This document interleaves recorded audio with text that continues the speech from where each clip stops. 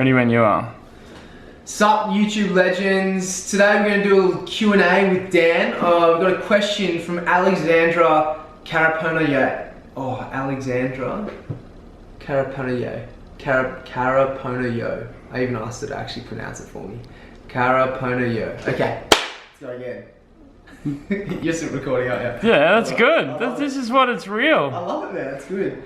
Hey guys, Dan here. We're going to do a bit of Q&A. Thank you, Alexandra I'm going to get this. I'm sorry, Alexandra. I promise I'll get wherever you are in the world, I'm going to get it. Okay. She knows who she is. Yeah, exactly. Caraponayo. She asked me, what's better for you in rice? Is it something that's higher in calories but lower in carbohydrates in terms of the brand, or something that's got a high carbohydrate amount or that is actually lower in calories?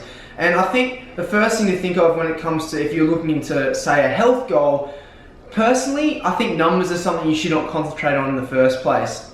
Let's look at the rice. A long grain rice is much better for you because it breaks down over a longer period of time. It's got less starch. It's better for you in that sense. It's more sustained energy. If you can, get brown basmati rice. It's the best one for you, and it's just full of the fibrous awesomeness that is rice without having to go through an extra process of removing that outer coating, so it stays brown. Obviously that long grain, it applies to that first thing I was telling you about.